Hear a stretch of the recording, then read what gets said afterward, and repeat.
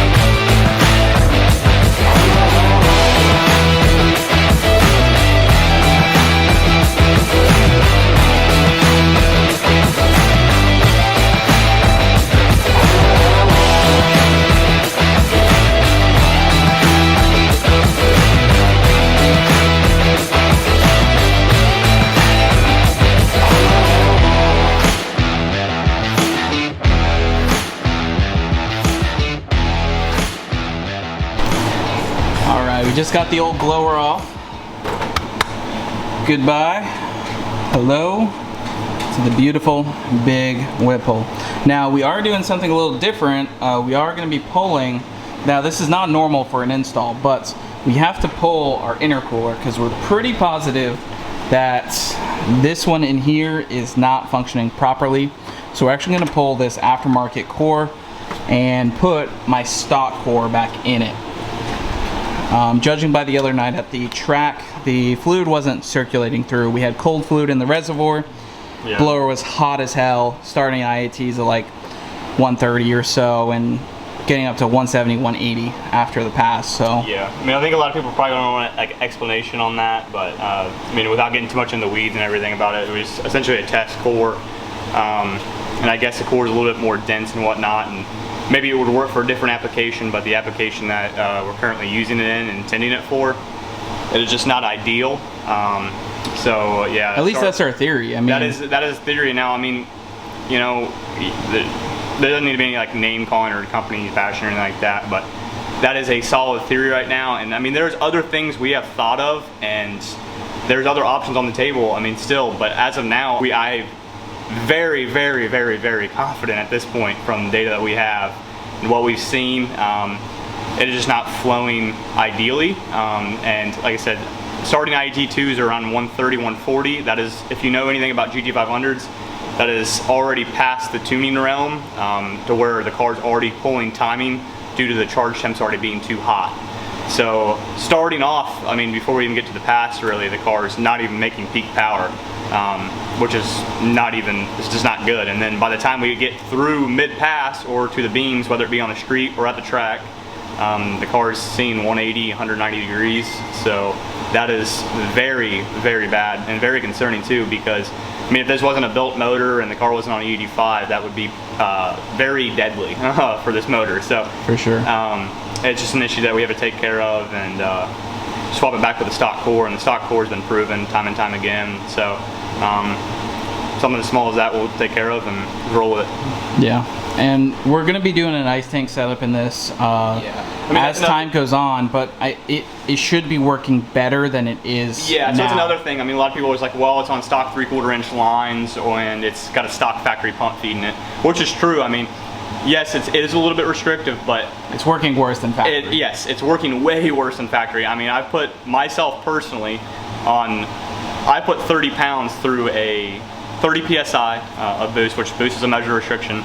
So that's extremely, I mean, I've been pushing the Gen 3R myself, you know, beforehand on the old combo. And even at 30 plus PSI, 30 to 31 PSI, we never saw an IET2 at the end of a pass, like an actual quarter-mile pass, 130, starting out at about 100 to 110. So, you know, a 20 increase in delta compared to what we're seeing now is astronomical. And yes, the motor is completely different. There's things inside the motor, you know, without getting into the too nitty-gritty of it. There is things inside the motor that can change some things in that. Regardless of the point, stock 3/4 inch lines and the stock factory pump, still through a stock intercooler on 24 PSI with the Gen 3R. It's been proven, you know what I mean? The combo's been proven, and it was just not working properly. This intercooler was not. So that's just a simple fact of the matter. And changing out the stock core, it shouldn't be an issue. So as time goes on, this car will get a ice tank and a really good flowing pump, and it'll just be better from there. But just need to resolve the issue and get it back to where it's normal first before we move on. Exactly. So we're gonna pull the core out, drop the fluid out, and we'll end the lower intake, obviously. Yeah. Which is a lot more work from just a blower swap. But yeah, it's a little bit, actually a lot of it more time consuming, because I mean, fluids have to get dropped and whatnot, and everything has to come out, injectors, fuel rails, and stuff like that. So it's a process, no doubt, but for sure. We'll get it. There she goes.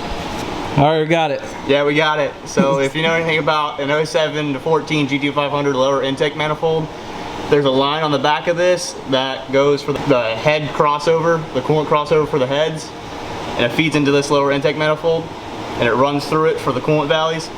And it's very, very, very, very, very tight to get off with the motor and trans in the car. Like, probably the worst thing to do on one of these.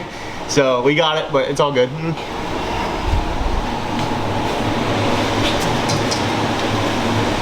Here, we're gonna want to empty that out right here. Front ones? Yeah, the front ones. I don't know if too much ones in my hand. See how much water it has in it.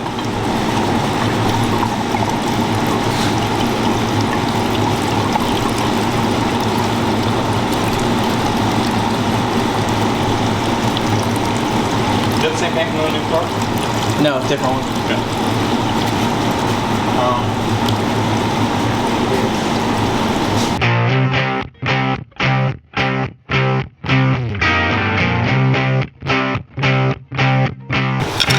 See, it looks pretty,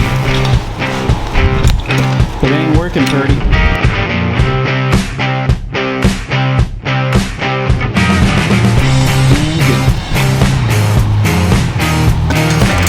Out comes the core.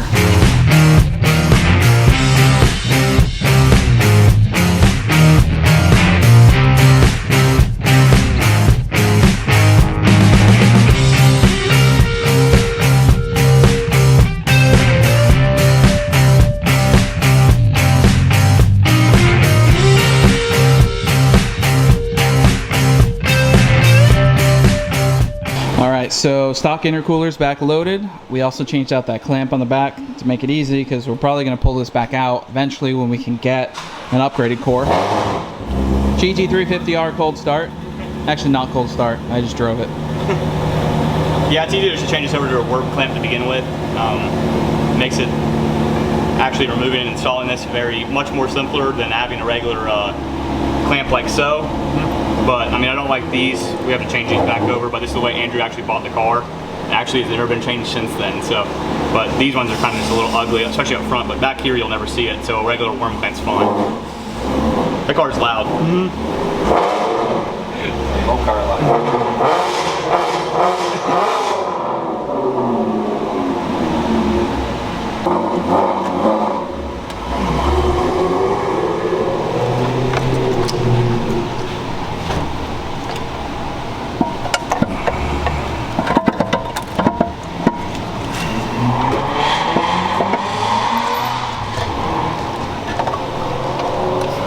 Gasket's good on that side too. Yeah, it's so good. All right, so lower manifold is on, and now back over here we got the Whipple. Yeah, so I mean, you have a lot of the kit stuff out already, but just, the Whipples don't come oil filled, so they give you a bottle of oil with the kit. So just fill in the blower with oil before we put it on the car, and then as far as throttle body, you just got to swap the TPS sensor and then the electronics for the drive-by-wire. It's pretty cut and dry process, but just getting it all lined out and make sure everything's good to go before we get on the car. Mine took the whole bottle, so I'm assuming this one takes the whole bottle too. Yeah, and then there's a little eyeglass down there so we can see the level. Yeah, it's right about half fill is what they recommend. Yep, which pretty much took the whole bottle. Yep. So we're putting in the low vacuum bypass. It was shipped with a standard bypass, but we do have a low vacuum bypass for the cams.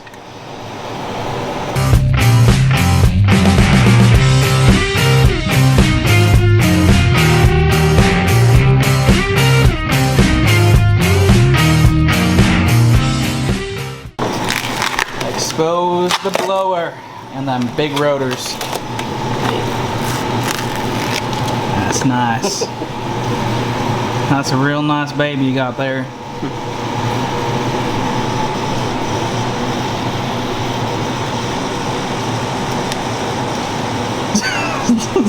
That'd be heavy too. Yeah, it's heavy.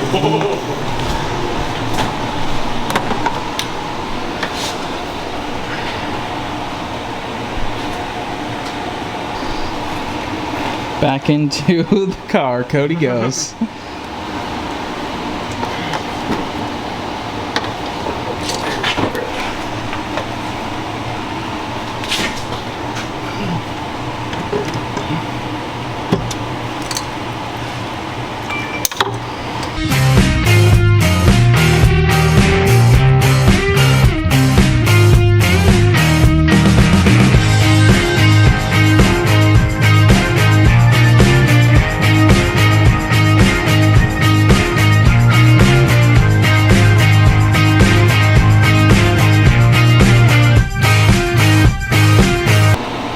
Well, there she is.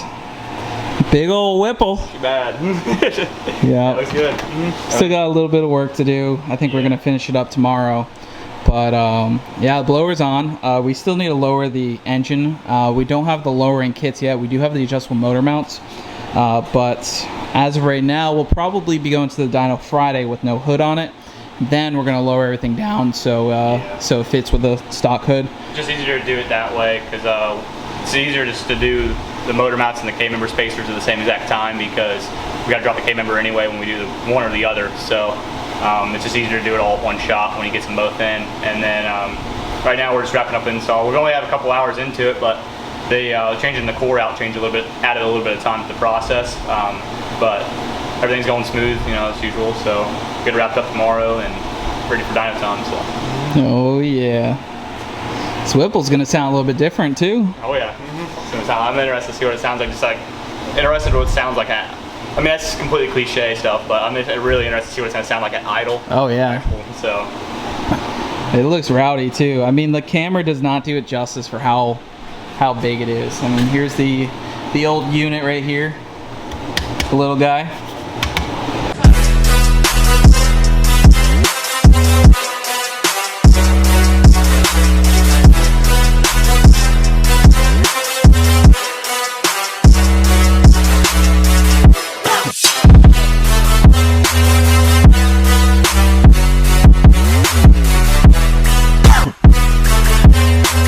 So if you guys want to check out more info on the Whipple, I'll have a link down in the description, but we're super excited. We have a 375 pulley for it, 3.5 and 3.25 with 10% lower.